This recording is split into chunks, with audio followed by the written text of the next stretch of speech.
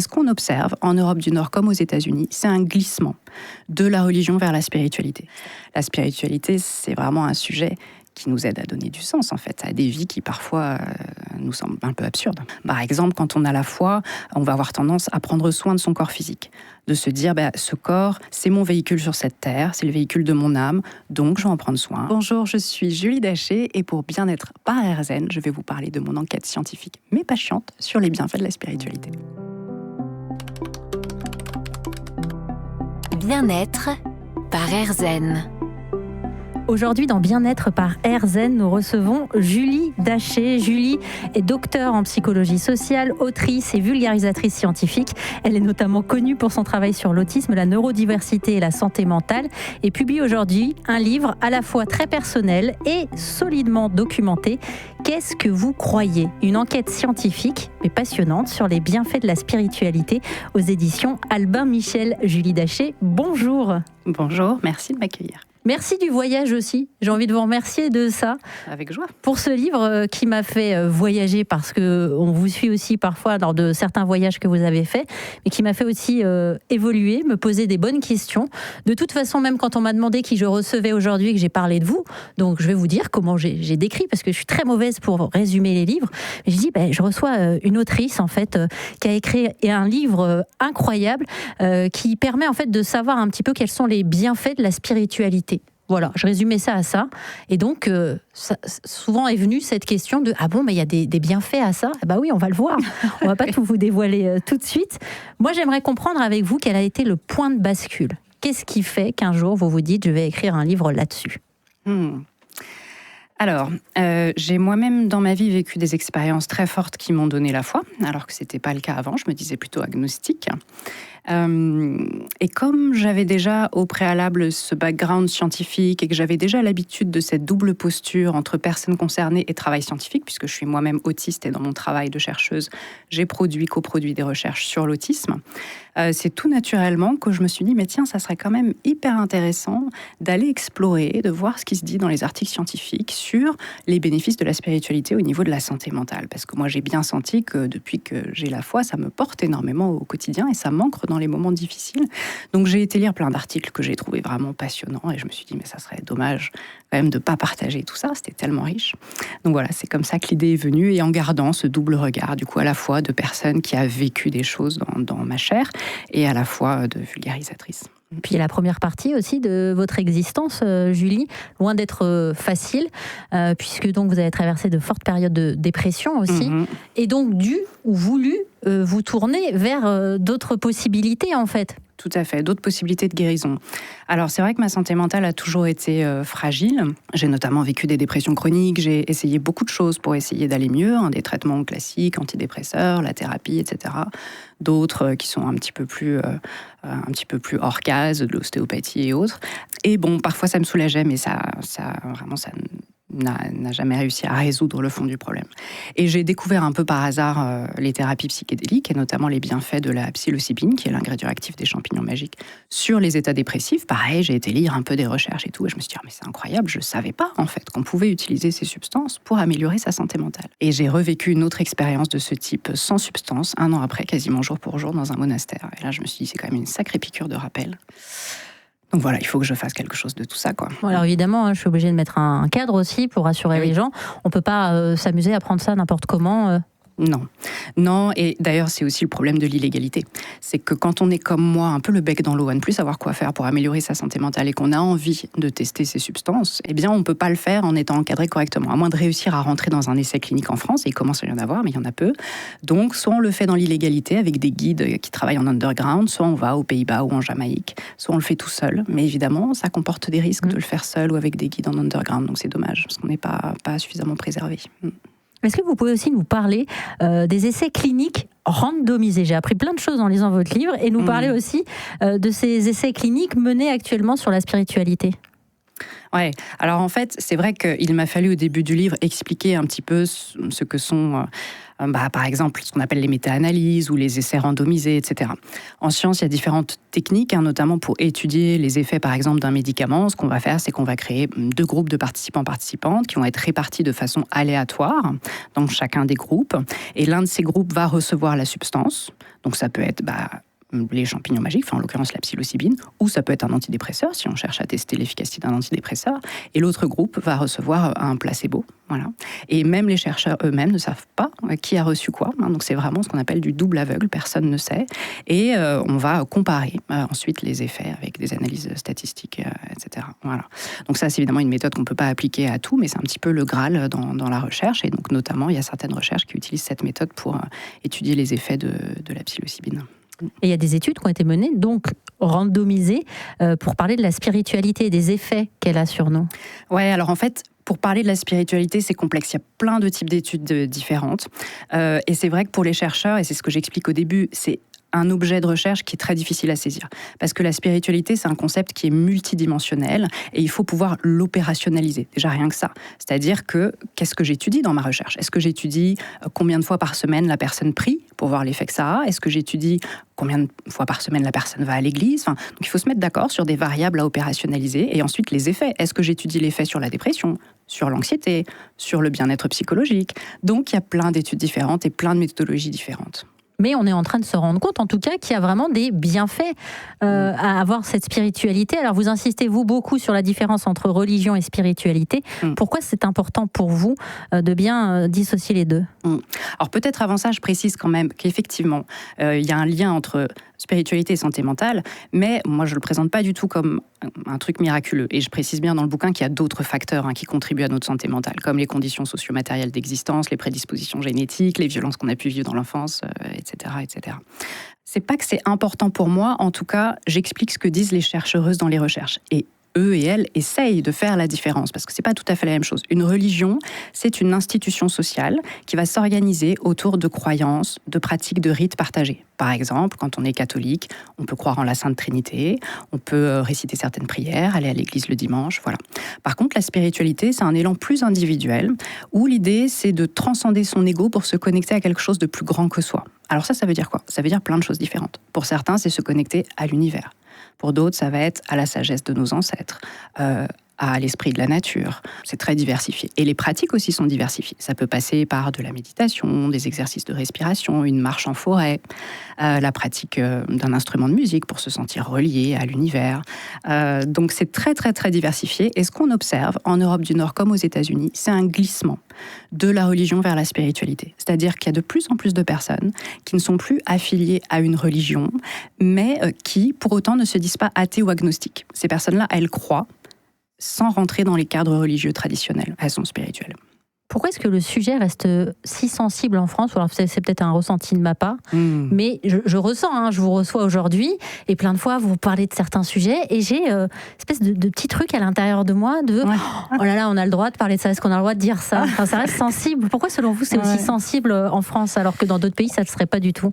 Alors déjà, on a une grande part de la population quand même qui est athée, entre 30 et 40% des personnes, et c'est vrai que cette espèce de défiance et parfois même de peur à l'égard de ces sujets, alors elle est évidemment multifactorielle, mais notamment en France, on est très imprégné par le siècle des Lumières, le pragmatisme, le rationalisme, le positivisme, c'est-à-dire que la science, c'est pouvoir tester les choses de façon empirique, et donc si ça rentre pas dans ce cadre-là, oulala, attention. Mais on a raison aussi de faire preuve de discernement, parce qu'il y a évidemment des dérives, les dérives sectaires, il y a aussi beaucoup de dérives avec la spiritualité New Age, qui parle de physique quantique, mais en extrapolant et en racontant n'importe quoi sur la physique quantique pour se baser sur un discours pseudo-scientifique et séduire les personnes qui, malheureusement, n'ont pas le bagage scientifique pour pouvoir avoir un regard critique. Donc, on a raison de faire preuve de discernement. Mais pour autant, je pense qu'il ne faut pas jeter le bébé avec l'eau du bain et se rendre compte aussi de notre héritage culturel qui nous a amené peut-être à cette forme de résistance à l'égard de la spiritualité. Et je crois que c'est dommage. On a quelque chose à gagner et à s'ouvrir à ce champ-là de nos vies. Dans Bien-être par Erzen, aujourd'hui, nous recevons Julie Daché avec ce livre « Qu'est-ce que vous croyez ?» Une enquête scientifique, mais pas chiante, sur les bienfaits de la spiritualité, sortie aux éditions Albin Michel. Julie, vous êtes scientifique et vous vous appuyez sur de nombreuses études. Que dit réellement la recherche sur les liens entre spiritualité et santé mentale ? Alors, peut-être pour préciser, j'ai été chercheuse pendant quelques années. Aujourd'hui, surtout, je fais de la vulgarisation, mais j'ai ce background effectivement scientifique. Donc, ce qu'on sait, c'est qu'il y a ce lien, cette corrélation entre spiritualité et santé mentale. Donc, ça peut être une ressource intéressante pour notre santé mentale. On ne sait pas aujourd'hui dire quels sont les mécanismes sous-jacents. On a des pistes, on a des hypothèses. Par exemple, se dire que c'est parce que le fait de croire, ça permet aux personnes de recadrer les événements de vie douloureux ou négatifs avec un prisme plus positif. Et je donne dans mon bouquin l'exemple d'un homme que j'ai interviewé qui s'appelle Yaroslav, enfin c'est un pseudonyme, mais voilà, c'est le prénom que j'ai utilisé, et qui explique qu'au moment de son divorce, quand sa femme l'a quitté, ça a été l'enfer pour lui, il a sombré dans une dépression terrible, mais il a la foi, et il s'est dit, bon, il faut que j'ai confiance en la vie, il faut que je fasse confiance, et que certainement, il y a quelque chose qui m'attend de l'autre côté de cette épreuve. Et il a décidé de lâcher prise, d'accepter, et il me dit, quelques années plus tard, en fait, je réalise à quel point, aujourd'hui, j'ai gagné 1000 enfants et 1000 familles, parce qu'il travaille dans un club d'athlétisme, et effectivement, il est très apprécié au sein de ce club. Et donc, il a trouvé de l'amour sous plein d'autres formes différentes. Donc, on voit comment, grâce à sa foi, il a réussi à faire un pas de côté, à essayer de voir les choses de façon positive. Donc, c'est un des mécanismes, une des hypothèses qui a avancé, mais il y en a beaucoup d'autres. Par exemple, quand on a la foi, on va avoir tendance à prendre soin de son corps physique. De se dire, ce corps, c'est mon véhicule sur cette terre, c'est le véhicule de mon âme, donc je vais en prendre soin, je vais éviter de boire de l'alcool, je vais manger équilibré. Et on sait que santé physique et santé mentale, ce sont deux domaines de notre santé qui sont liés. L'un influence l'autre. Donc il y a plein de raisons comme ça pour lesquelles certainement la spiritualité a une influence positive sur notre santé mentale. Alors la spiritualité, on le rappelle, ça peut être une ressource, mais sans pour autant, en cas de problème de santé mentale, sans remplacer un suivi thérapeutique pour autant. Non, évidemment. Bien sûr. Alors, Julie Daché, vous parlez d'intelligence spirituelle. Pour moi, c'était un concept nouveau. Je ne connaissais pas ça. Pour moi aussi. Concept très peu connu en France. De quoi il s'agit quand on parle d'intelligence spirituelle ? Oui, en fait, c'est pas facile de parler de spiritualité. Donc, pour chaque chapitre, j'ai choisi une thématique qui est étudiée par les chercheurs et chercheuses pour essayer de rendre les choses un peu plus concrètes. Et notamment, j'ai découvert moi aussi ce concept de l'intelligence spirituelle. Alors, on connaît l'intelligence cognitive qu'on peut mesurer par certains tests de QI, même s'ils sont critiquables, mais c'est un autre sujet. On connaît l'intelligence émotionnelle aussi, cette capacité à identifier nos émotions, les réguler, les exprimer. Et l'intelligence spirituelle, c'est la troisième forme d'intelligence. Alors, il y a plein de composantes à cette intelligence, mais c'est par exemple une intelligence qu'on va mobiliser quand on s'interroge sur le sens de la vie. Donc ça veut dire qu'on peut se dire athée, mais faire preuve d'intelligence spirituelle. Les deux peuvent coexister. C'est aussi une intelligence qu'on mobilise quand on va chercher à être en lien avec les autres, à être dans la compassion, encore une fois, avoir essayé de voir les choses de façon positive, etc., etc. Et ça, cette intelligence spirituelle, elle aussi, elle est associée à une meilleure santé mentale. Ça peut être vraiment un soutien quand on fait preuve d'intelligence spirituelle. Est-ce que c'est quelque chose de l'ordre de l'inné ou alors est-ce qu'on peut développer l'intelligence spirituelle ? Donnez-nous de l'espoir. Oui, bien sûr, je pense que c'est quelque chose qui peut être développé comme l'intelligence émotionnelle. Oui. Et on se rend compte d'ailleurs, et c'est intéressant, c'est que l'intelligence spirituelle, au-delà d'avoir un lien positif avec la santé mentale, c'est aussi une intelligence chez les enfants, il y a des études qui ont été faites, qui va permettre de favoriser l'apprentissage. Parce que du coup, ils travaillent, ils étudient, non pas en étant motivés par un facteur extrinsèque, c'est-à-dire le fait, par exemple, d'avoir des bonnes notes, mais en mobilisant une motivation intrinsèque, c'est-à-dire en mobilisant de la curiosité, de l'envie d'apprendre, etc. Et donc, ça peut aussi être lié à une meilleure faculté d'apprentissage. Est-ce qu'on peut dire que c'est en fait l'intelligence spirituelle serait une façon de mettre du sens à ce qu'on fait ? Oui, bien sûr, le sens fait partie de l'intelligence spirituelle. Mais d'ailleurs, c'est quelque chose qui traverse tout le bouquin, parce que la spiritualité, c'est vraiment un sujet qui nous aide à donner du sens, en fait, à des vies qui, parfois, nous semblent un peu absurdes. Est-ce qu'il y a une idée reçue que vous aviez avant d'écrire ce livre et qui a complètement changé au fur et à mesure que vous viviez toutes ces expériences ? Alors oui, il y en a une clairement, c'est-à-dire que moi, avec un peu mon bagage en santé mentale et tout ça, et ce que je connaissais déjà de la santé mentale, quand j'ai découvert par exemple le concept de croissance post-traumatique, je suis restée au début très perplexe. La croissance post-traumatique, c'est l'idée qu'un traumatisme dans nos vies peut avoir à terme des effets bénéfiques pour nous. Alors ça, moi, tout de suite, ça me gêne. Vous voyez, vous parliez tout à l'heure de « ça me crispe à l'intérieur ». Ça, typiquement, c'est quelque chose qui, moi, m'a crispée parce que je me suis dit, on va quand même pas tomber dans cette idée qu'on peut se transcender par la souffrance et que, et de la glorification des problèmes, des traumatismes et tout. Moi, ça me parle pas du tout. Mais en lisant, ça m'a vraiment ouvert l'esprit parce qu'en fait, j'ai compris, c'est ce que disent les chercheuses, que quand on vit un traumatisme, on peut bien sûr avoir des effets négatifs et donc finir avec un stress post-traumatique et devoir aller chez le thérapeute, etc., pour espérer aller mieux. Mais on peut aussi, les deux, encore une fois, peuvent coexister, à terme, ressentir des effets bénéfiques. C'est-à-dire, grâce à ce traumatisme, admettons, j'ai été au Japon et j'ai vécu un tremblement de terre, eh bien, après, je me dis... ce tremblement de terre, ça a changé ma façon de voir la vie. Maintenant, j'apprécie vraiment chaque seconde. J'ai revu mes priorités. Je travaille moins parce que je me rends compte que ce dont j'ai envie, c'est de passer plus de temps avec ma famille.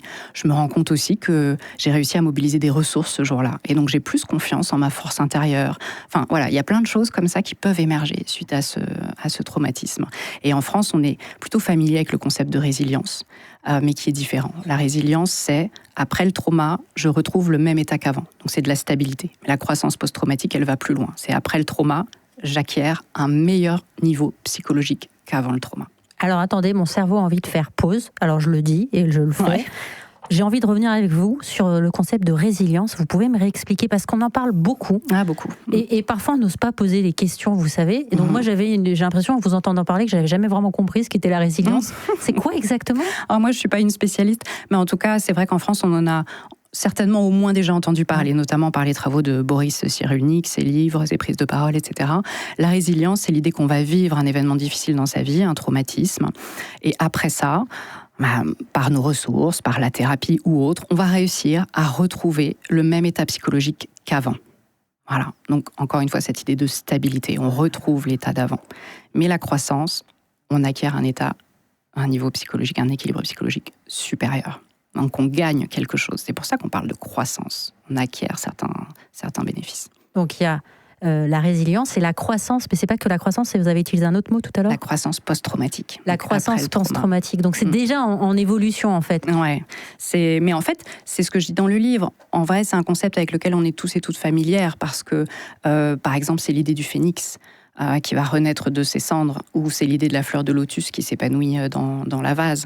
Mais la science, elle a toujours un petit train de retard par rapport au réel, puisqu'elle observe et elle étudie le réel. Donc même si c'est un concept qui nous parle intuitivement et dont on a déjà entendu parler, eh bien ce mot de croissance post-traumatique, il est assez récent, et peut-être que ce mot-là, qui définit ce concept, lui par contre, il ne nous parle pas. Mais le concept, on le connaît. Bien-être par RZN aujourd'hui avec Julie Daché, auteure ou autrice, vous préférez qu'on dise quoi ? Autrice. Je suis féministe, donc... Allons-y, madame. Autrice de Qu'est-ce que vous croyez ? Une enquête scientifique, mais pas chiante, sur les bienfaits de la spiritualité, sortie aux éditions Albin Michel. Vous consacrez un chapitre entier à la mort et à la fin de vie. C'est un sujet qui me passionne, qui me fascine. J'ai absolument aucun tabou, donc je me suis régalée en lisant ce chapitre. Pourquoi est-ce que la spiritualité devient si centrale à ces moments-là, Julie ? Vous parlez de la détresse spirituelle en fin de vie ? Oui. Ok.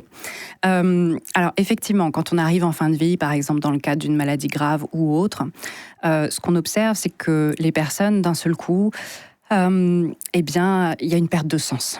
Il y a une perte de sens, il y a une perte de connexion à soi, aux autres. Donc, on se retrouve dans une espèce d'angoisse existentielle. Et ça, aujourd'hui, c'est quelque chose dans les soins palliatifs qu'on n'accompagne pas vraiment.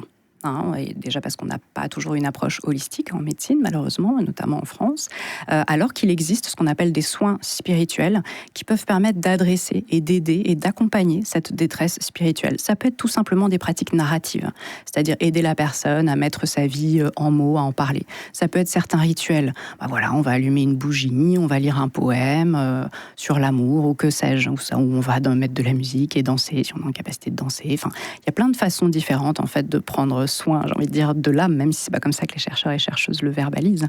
Donc c'est peut-être des soins qu'on pourrait imaginer mettre en place dans les années qui viennent, ce serait formidable. Et pourquoi c'était si important pour vous de consacrer un chapitre à ça ? Parce que je crois on le sait, on a tous et toutes quand même une angoisse vis-à-vis de la mort. La nôtre et celle de nos proches. Et d'ailleurs, l'angoisse de mort, c'est ce que les chercheurs et chercheuses appellent un élément transdiagnostique, cette détresse spirituelle, cette angoisse de mort. Parce que ça peut donner lieu à tout un tas d'autres troubles psychiatriques, comme la dépression, comme l'anxiété, etc., etc. Donc c'est vraiment sous-jacent à plein de problèmes psychiatriques. Donc c'est important, en fait, de pouvoir accompagner cette peur de la mort et cette détresse spirituelle et particulièrement évidemment en fin de vie. Julie Daché, votre livre ne cherche pas à convaincre, mais Non. à ouvrir des espaces de réflexion dans une société souvent méfiante vis-à-vis de la spiritualité, parfois à juste titre d'ailleurs. Pour conclure, qu'aimeriez-vous dire aux personnes qui nous écoutent et qui se disent peut-être que la spiritualité, c'est pas pour elles? Oui, alors je dirais que pour moi, la spiritualité, elle peut complètement cohabiter, et c'est d'ailleurs comme ça que je la vis, ma spiritualité, avec le doute, l'esprit critique, le scepticisme. Et en fait, c'est un espace d'exploration. Et on peut juste s'ouvrir, écouter, voir ce qui résonne et prendre ce qui nous parle. Mais ça peut cohabiter, si on est sceptique, avec le scepticisme. Les deux ne sont pas forcément mutuellement exclusifs. Merci encore Julie. Je rappelle que vous êtes l'autrice du livre Qu'est-ce que vous croyez ? Une enquête scientifique mais passionnante sur les bienfaits de la spiritualité. À bientôt dans Bien-être par RZN. Merci beaucoup.